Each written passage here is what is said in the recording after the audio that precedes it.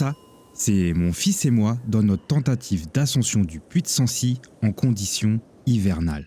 Mais avant tout, une petite présentation de l'aventure s'impose. Allez, rentre dans le monde de Narnia.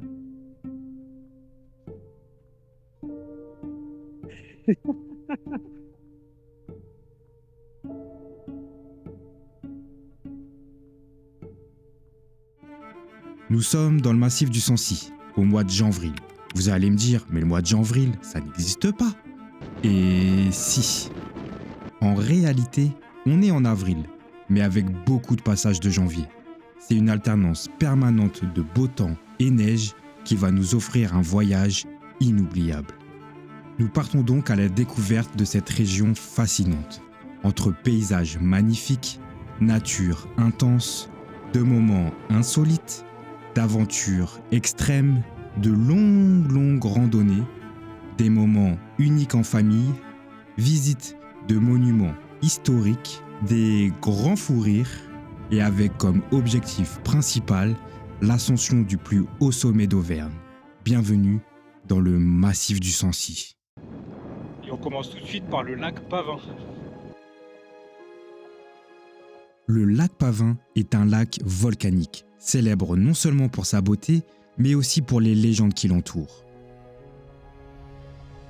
Selon la mythologie locale, le lac serait le résultat d'un violent affrontement entre deux géants qui auraient laissé un cratère dans le paysage.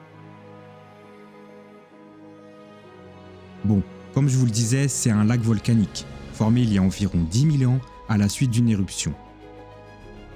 L'eau du lac est particulièrement profonde et d'une couleur bleu intense, renforçant l'aspect mystérieux des lieux.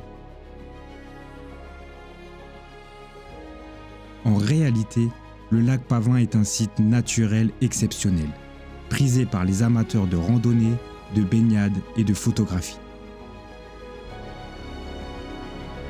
C'est bon, on est bien arrivé à Brest, Superbès. Ça y est, bien arrivé à Superbès et on part pour l'ascension du puy de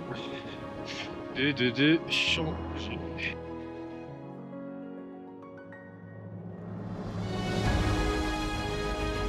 Et Mont Blanc le truc. Il est pire que le Mont.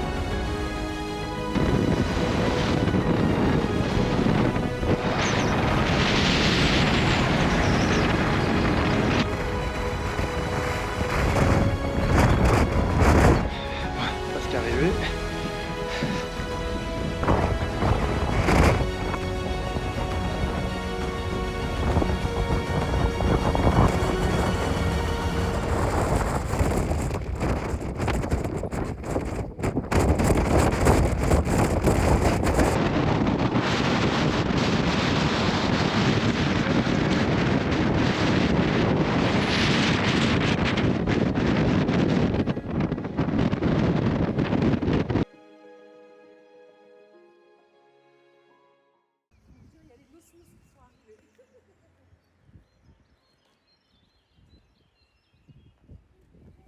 Perchée au cœur du parc naturel des volcans d'Auvergne, la ville de Saint-Nectaire est un véritable trésor auvergnat.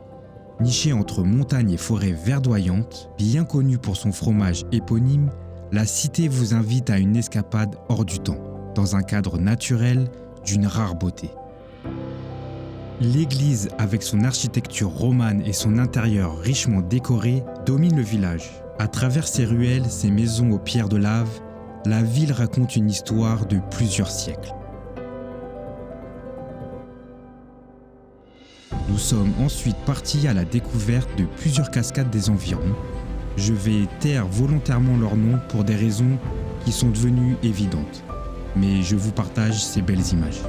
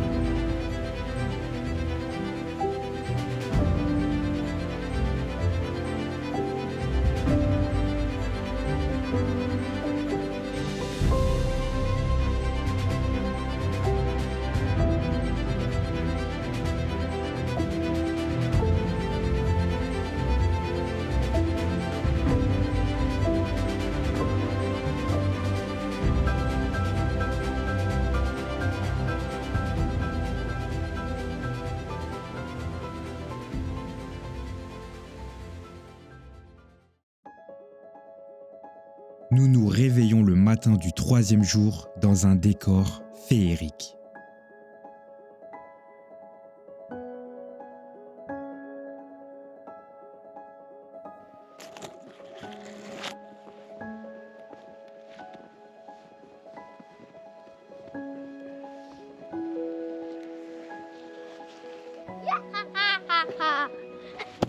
Nous continuons notre découverte du joyau du Massif central, la région du Sancy, là où les volcans dessinent l'horizon, où les paysages majestueux se mêlent aux traditions ancestrales. Chaque recoin de cette terre sauvage raconte une histoire. Les vallées verdoyantes offrent une variété de panoramas à couper le souffle.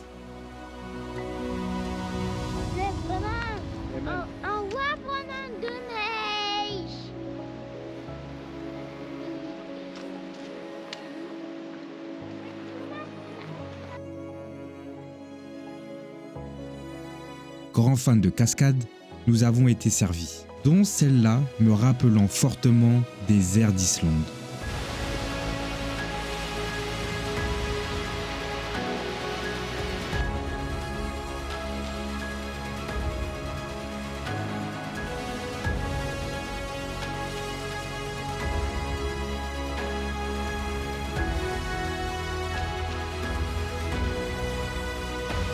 Non, vous ne rêvez pas. Juste 5 minutes séparent ces deux moments. Le mois de janvier dans toute sa splendeur.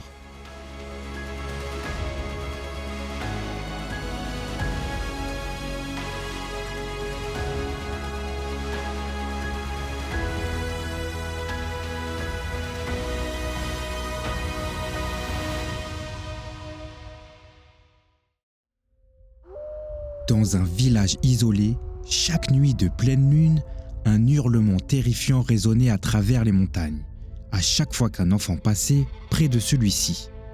Les parents interdisaient leurs enfants de s'aventurer dans le village, racontant que c'était le cri d'un loup-garou.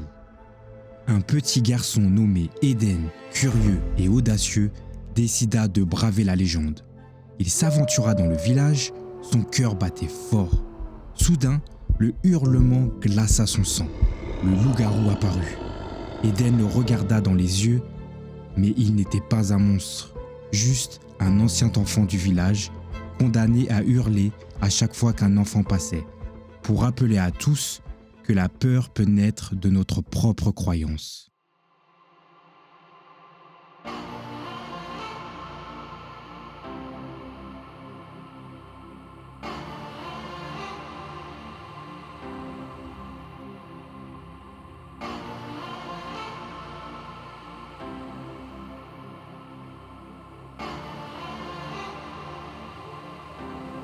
Dans ce 4e jour, nous prenons la direction du Capucin, une paroi rocheuse réputée dans la région pour faire une via ferrata. Véritable défi pour les amateurs de sensations fortes, cette via offre une expérience unique, suspendue entre ciel et terre. En prenant le départ, vous plongez dans l'aventure. Les parois rocheuses, les ponts suspendus et les échelles métalliques se succèdent.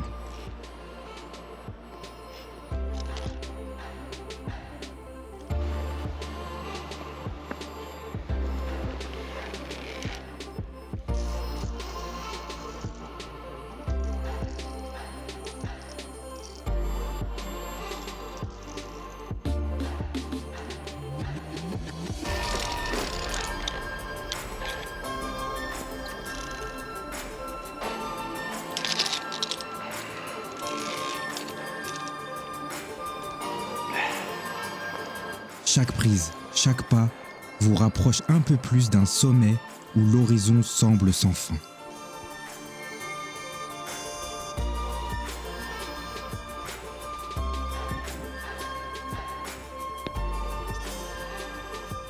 Et au sommet, après avoir défié les hauteurs, on savoure la satisfaction d'avoir conquis l'un des plus beaux panoramas de la région. Un instant magique où la beauté sauvage du Puy de Sancy nous enveloppe et nous offre un sentiment d'accomplissement et de liberté.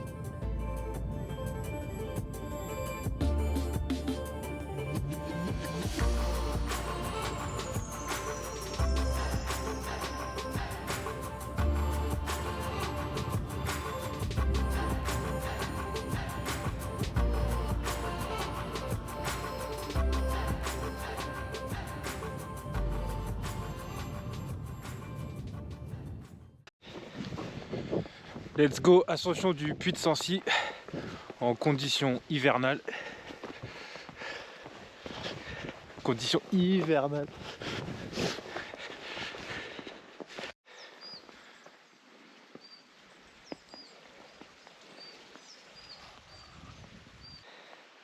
On va le faire.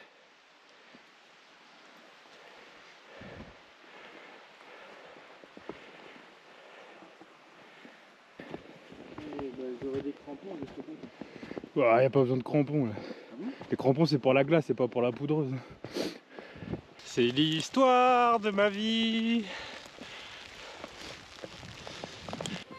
Le Puy de Sancy, avec ses 1886 mètres d'altitude, domine fièrement la région.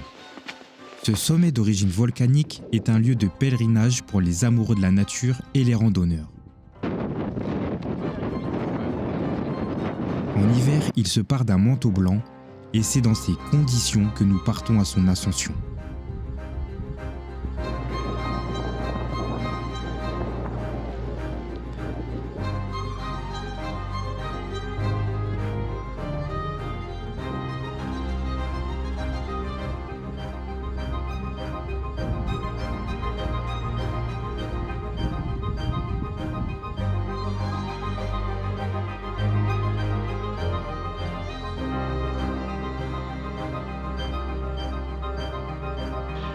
Tu vis pour les caméras.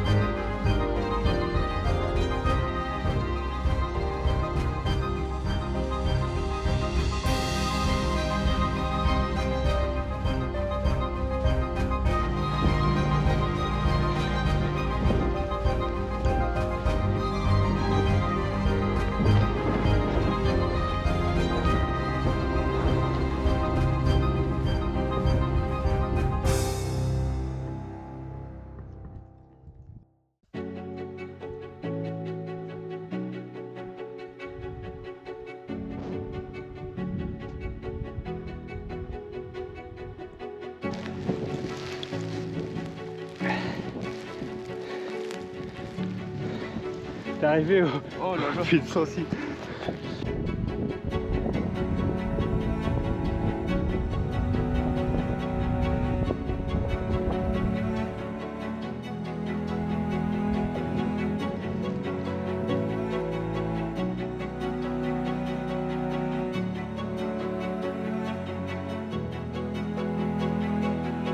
Et voilà, objectif accompli. Maintenant, il faut redescendre.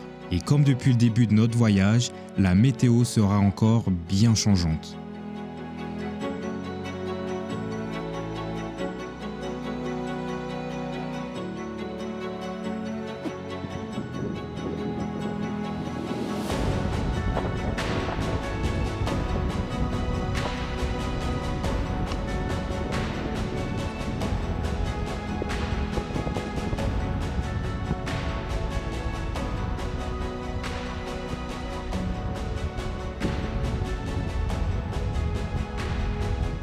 La région du Puy de Sancy est un lieu où la nature, l'histoire et les traditions se rencontrent pour offrir des expériences inoubliables.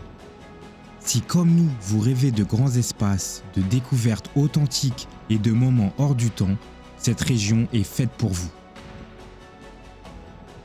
Que vous soyez aventurier, amoureux de la nature ou simple chercheur de tranquillité, le Puy de Sancy vous attend.